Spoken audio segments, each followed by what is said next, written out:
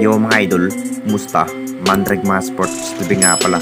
Atin usapan, Barangay Nibra, Terence Romeo, posibleng mapunta sa upunan ng Barangay Nibra at Troy Rosario. May matinding inamin. Pero bago na nga yan, kung bago pa lang sa aking channel, huwag mong kalimutan mag-subscribe at i-click ang notification bell para like kang updated sa atin dito sa upload pa natin. So matapos panalo ang upunan ng Barangay Nibra sa kamay ng Phoenix LPG mga idol, talagang hindi na nga rin pinalampas pa ng ating Barangay Nibra talunin ang upunan ng LPG.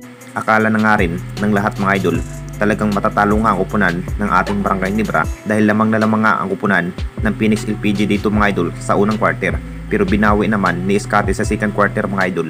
Ito na nga ba ang kinahihintay ng lahat?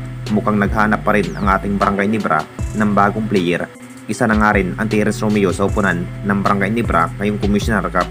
Naging free agent na nga rin ang nasabing player mga idol kung saan nakuha nga ng tira per magic kapalit nga kay Wami Chungson. Ngayong pa lamang po naging free agent na nga rin ang isang Terence Romeo.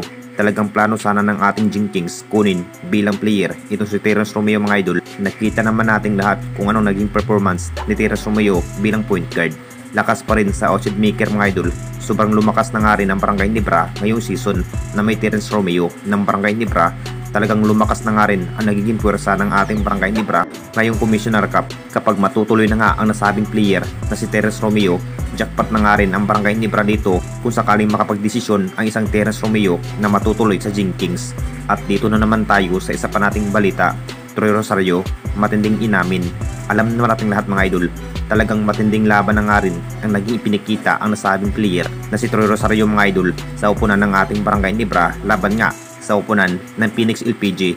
Grabing performance nga ang ipinakita ang nasabing player.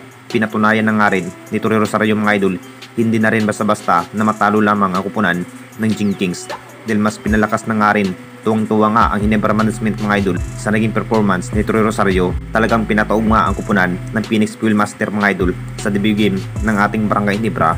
Inamin na nga rin ni Troy Rosario mga idol sa upunan ng Jinkings na naman ang mukhang magkakampyon at makakapasok ngayong playoffs. Nakita naman nating lahat, pinag-insayo na nga rin sa bawat player ng ating Barangay Nibra. Talagang lumakas na nga rin ang naging aura at bilis at kilos ng Jinkings na may Troy Rosario. Hindi na nga rin pinalampas pa ito si Coach Tim mga idol sa naging bagong big man na si Troy Rosario. Handang-handa na nga rin ang Barangay Nibra kung anong kayang gawin sa susunod na laban. Masasabing lumakas na nga rin ang naging pwersa ng Jinkings. Tambak nga ang inabot ng LPG mga idol sa kamay ng ating Jinkings. May dalawang panalo na nga rin ang Barangay Nibra ngayong Commissioner Cup. Anong masasabi ninyo mga idol tungkol sa ating video?